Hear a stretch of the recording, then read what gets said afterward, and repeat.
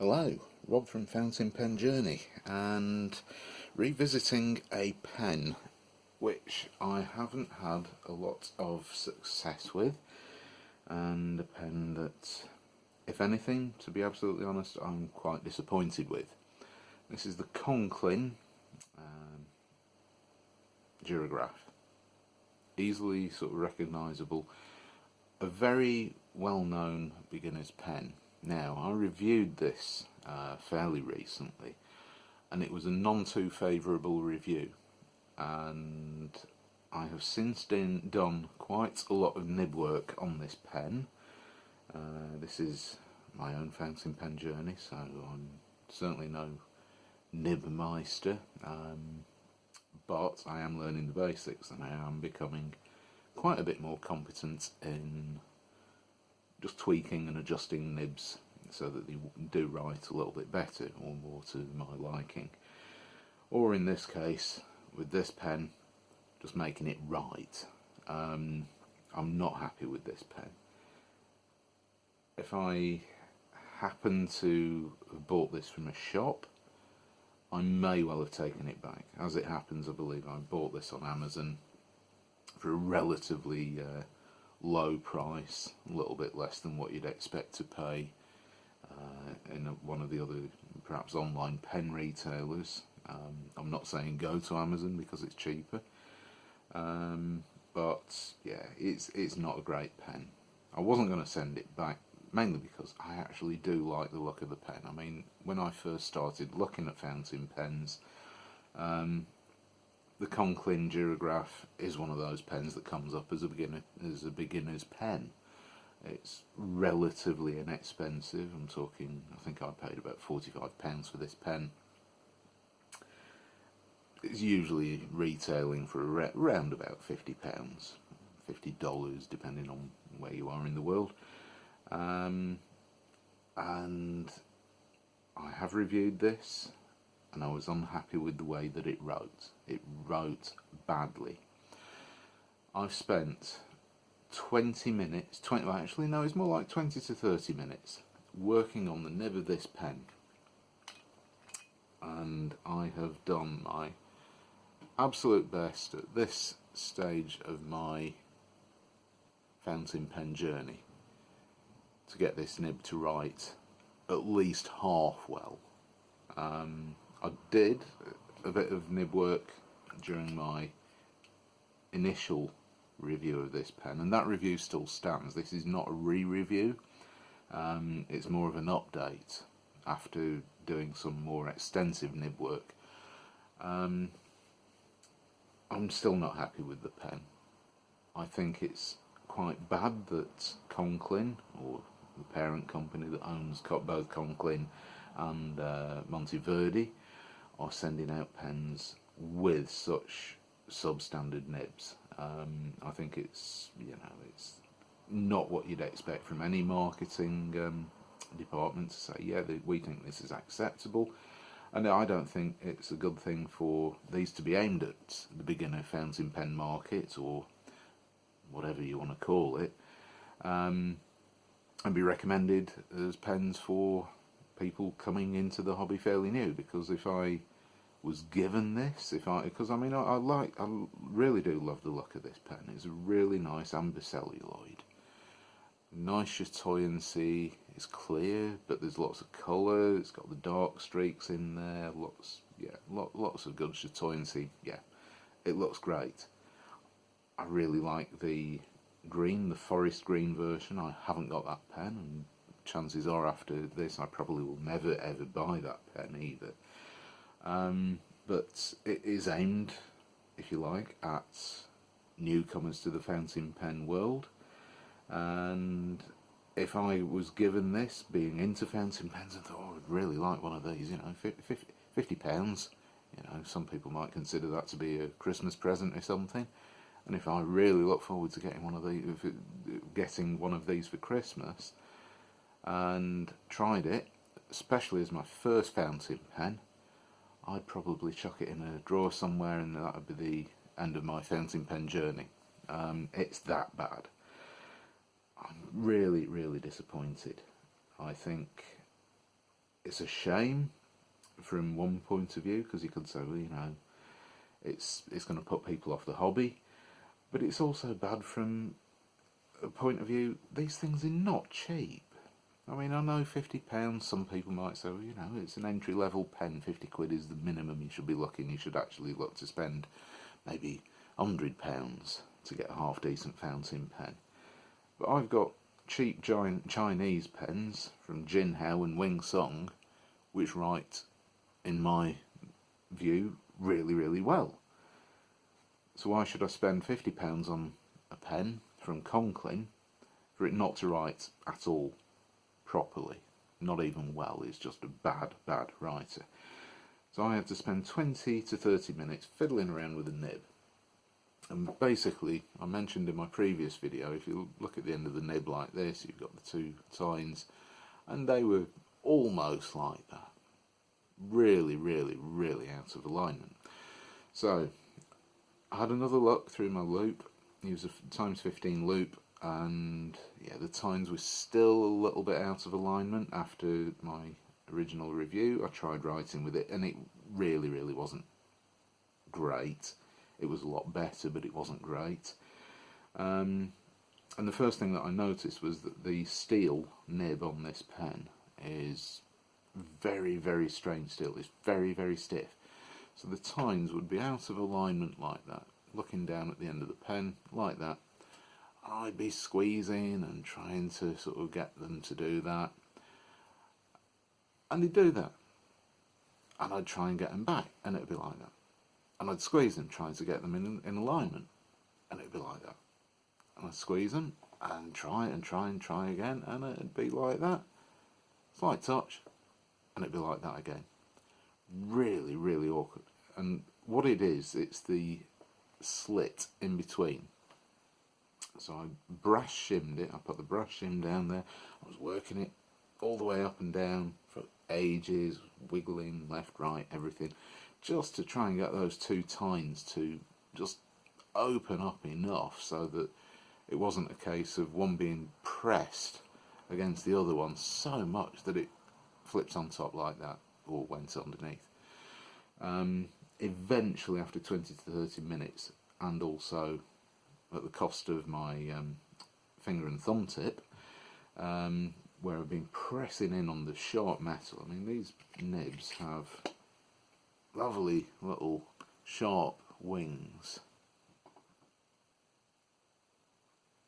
Lovely little sharp corners to the wing. So I've been pressing, squeezing, twisting, squeezing for 30 minutes, say, and awful. Took quite a bit of, not skin, but it pressed into the skin, and yeah, not great. So I don't think anybody, and I don't care whether it's a beginner or somebody more seasoned, should have to spend 20 to 30 minutes trying to make a pen write okay. I'm not talking about nib work so that it writes how you want it, to make it a bit wetter or drier, whatever your personal preferences are. Conklin Duragraph, 20 to 30 minutes, plus the other little bit of work I did on my original review to get this pen to a standard where it was actually usable. The nib is now in alignment, the tines are aligned. Has it made a lot of difference to this pen? Yes. 20 to 30 minutes has made this pen usable. So what I'm going to do is do a writing sample now. Let's just see how this nib is performing. Let's get this back down. Where am I? There we go. Okay, so this is the Conklin.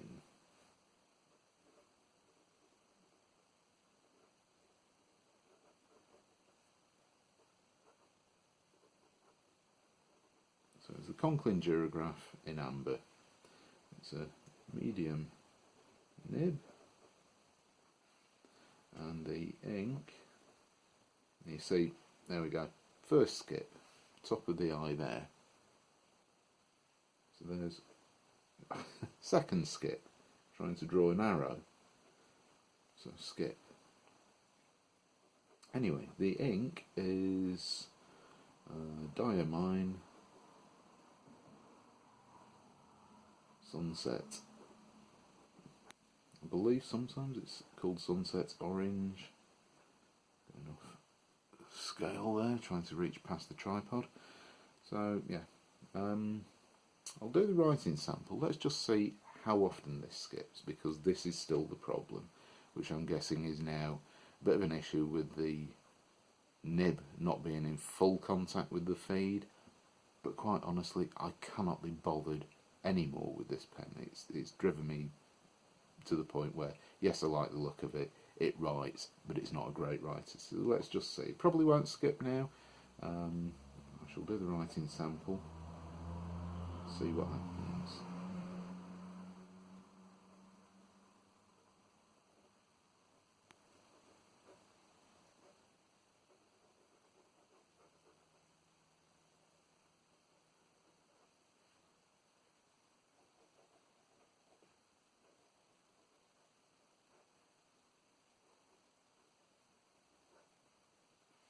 So, one skip there.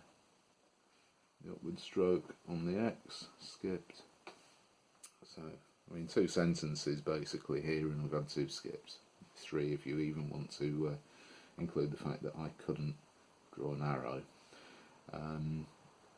I did a page of writing recently with this pen, and I counted the number of skips, and I believe in a page, A4 page, standard rule, rule paper, there were in the region of 10 to 12 skips. And this is not something that I'm particularly keen on. I've never actually written with a pen that skips this much, and it's really, really annoying. If you write in sentences, the last thing I want to do is have to keep going back. I mean, it's like having to sort of dot your I's and cross your T's all the time. It's no, God, I don't want that from a pen. I want the thing to write. I mean, as far as this pen goes now, yeah, there is some line variation. There's some nice shading with this ink. Not very good in that direction. Reverse writing, dry and scratchy, but it does it. So overall, you know, lays down ink well enough. You know, what is the problem there? There is nothing. No, still going. That's still fine. Wet. You know, what's the problem? There's nothing wrong with that. I'm quite happy with the way that this pen actually writes now. I mean, you get line, I'm not talking about a lot, but there is some line variation. You get shading. It writes, but it's really annoying to have to go back and, you know, cross things where it's been missed. If you've done the odd C or something, you might have to go back and do part of whatever letter it is. You shouldn't have to do these things. But most of all, you shouldn't have to spend 20 to 30 minutes trying to make a £50 pen right. I mean, if you buy one of these things, do you really want to have to spend the money and time buying brass shim, buying 12,000 grit micromesh, wet and dry paper, half an hour of your time playing around with it to try and get it to write? I think Conklin, really, seriously, I mean, I'm not happy. I've bought, unfortunately, and I haven't even tried them, I've bought the cracked ice version of this pen, so I've spent similar amounts of money on another one of these pens. I've also bought two, maybe one, Monte Verdi fountain pens that were manufactured by the same company. So I'm guessing I've now actually got 4 of these pens in total, and I'm guessing the other 3 pens have got those same nib problems, so I'm not particularly happy, but I do like the look of the pens. And this is the reason that these will stay in my collection. It's a fountain pen journey. I'm learning from my mistakes. I think when I see a video where somebody says, you know what, there's a beginner's pen, the Conklin Duragraph is good, but sometimes the nib's a bit dry, it doesn't quite write well. Yeah, that's true. It seems to be a common thing with the Conklin pens, the Duragraphs certainly. So why would anyone recommend it to a beginner? Yes, it's 50 quid. You can get a 50 quid pen that writes. You can get Lamies that will, they will write. £50. Pilots. Take your pick. There are some low-end pens which write really well out of the box. Conklin Duragraph, don't know, just doesn't. I have heard recently that Conklin, and also I'm guessing Monteverde, I can't remember the name of the company, but they are now using, I believe, Yovo nibs, which hopefully is an improvement, because these nibs that they have been sending these things out with, well, over years, are absolutely no good, as far as I'm concerned, and that has put me off the whole Conklin brand. I'm not inclined to spend any more money on a Conklin pen, and certainly not Monteverde pen if it writes anything as badly as this one did.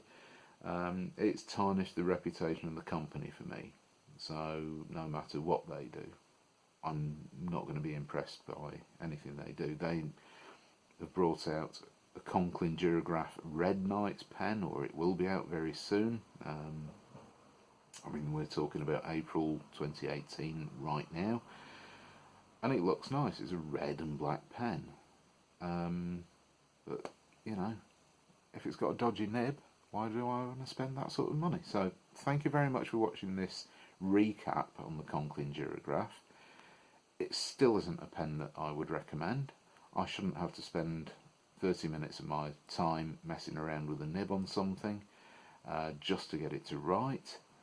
I don't mind doing a bit of improvement, that's part of the hobby, but as a beginner's fountain pen, it's marketed, or certainly, I don't know, to be honest, I'm using the word marketing, no.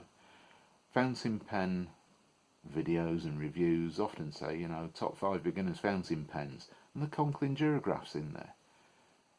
A lot of beginners probably don't have brass shim or micromesh when they're starting off on their fountain pen journey like I did.